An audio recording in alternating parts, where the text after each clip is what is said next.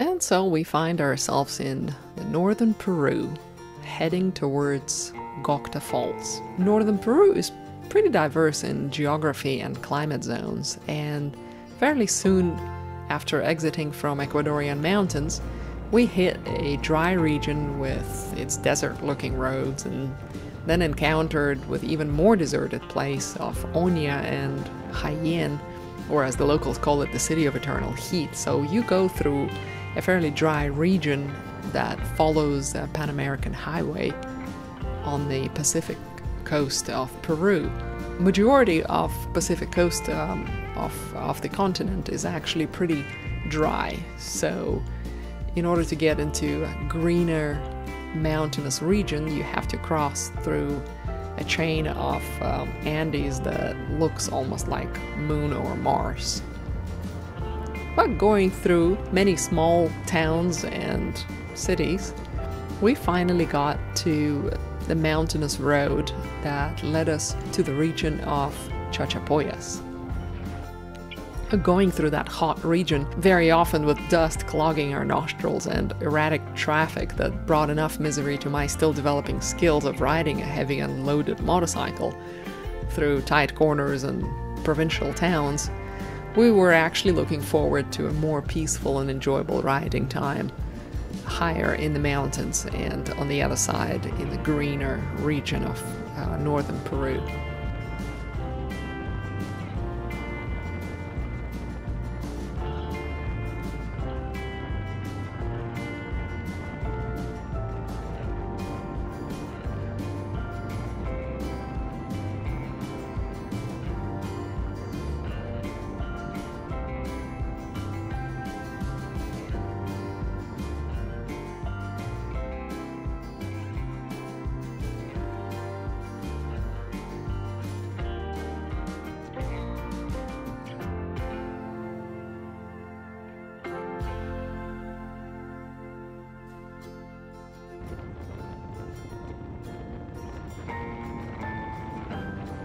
We finally reached the region called Chachapoyas.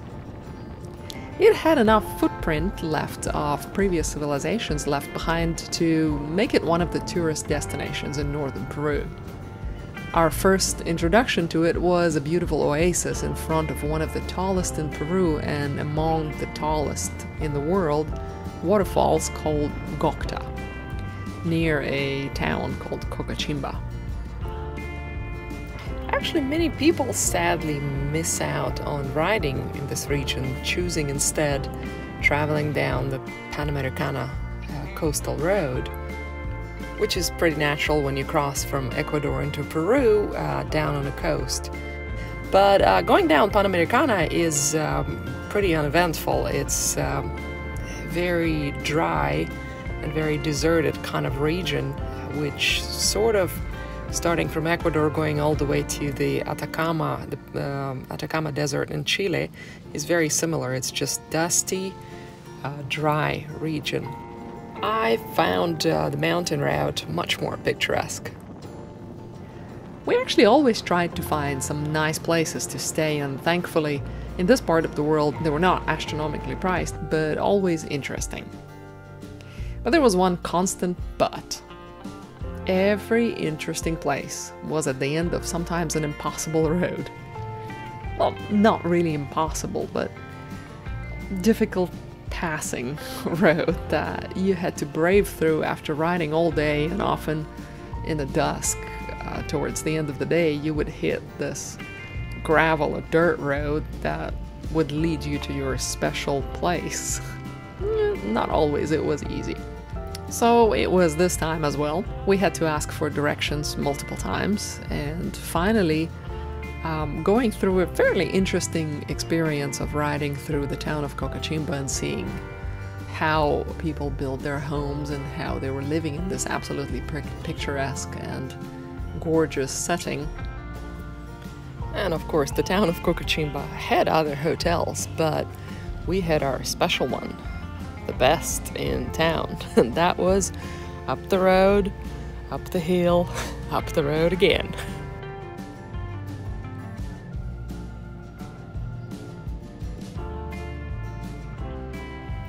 That is part of the adventure, right? So on we went. Of course, one eye on the road and one eye on a beautiful surrounding. Passing by the viewpoints to the waterfall, but we couldn't really look around much because it was getting dark, the evening was setting in, and we had to get to our destination.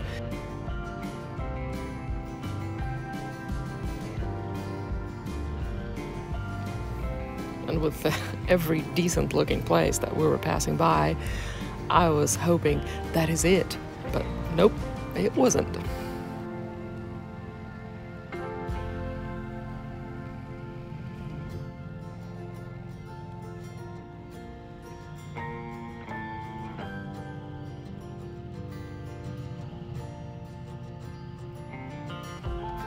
Eventually we reached the end of the road and got to the finishing line, dropping one of our motorcycles on its side in the deep gravel of the parking lot.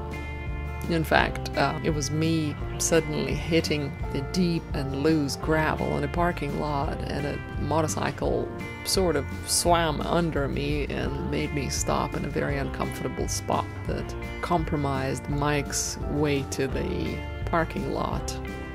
And we had fun in the next half an hour picking up Africa Twin for its side on the parking lot, but all went well.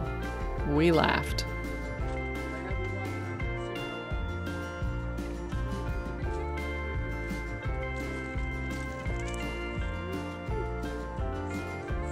Well, waterfall Gocta, or Gocta Falls, standing at 771 meter or about 2,540 feet tall. It is a stunning waterfall that can be viewed from the distance.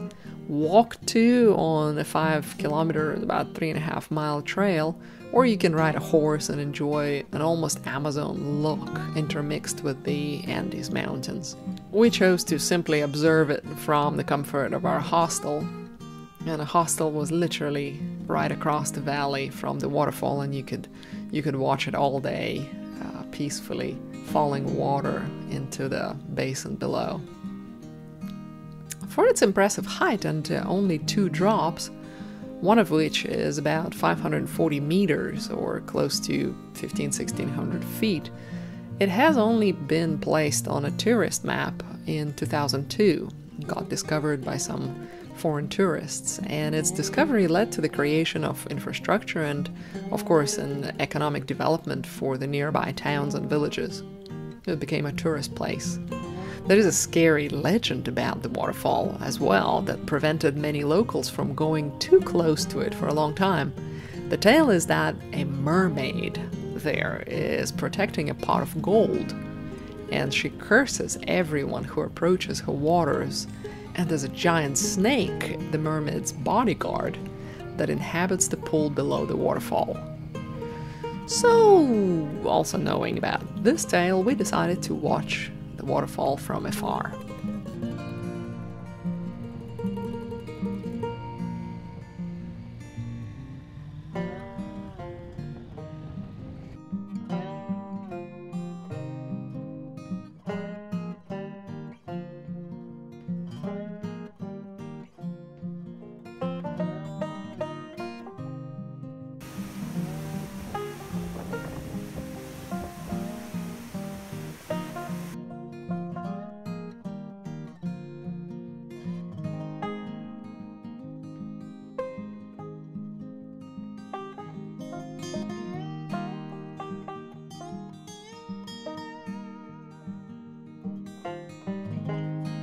Having spent a couple of days around beautiful falls and around the region and taking in the surroundings, we finally hit the road again and made our way to another tourist destination and a very historic place called the Fort of Cuelap. This is a remnant of an ancient township on top of absolutely beautiful mountains across a small village called Tingo Maria that, besides being a tiny town, made its name due to construction of the only cable car in Peru that takes you from the town of Tingo Maria to Cuelap Fort. across a very deep gorge. About 20 minutes of a ride takes you to the opposite side of the gorge, and it's an absolutely incredible, beautiful ride. But we'll look at Quelap in the next video. Bye!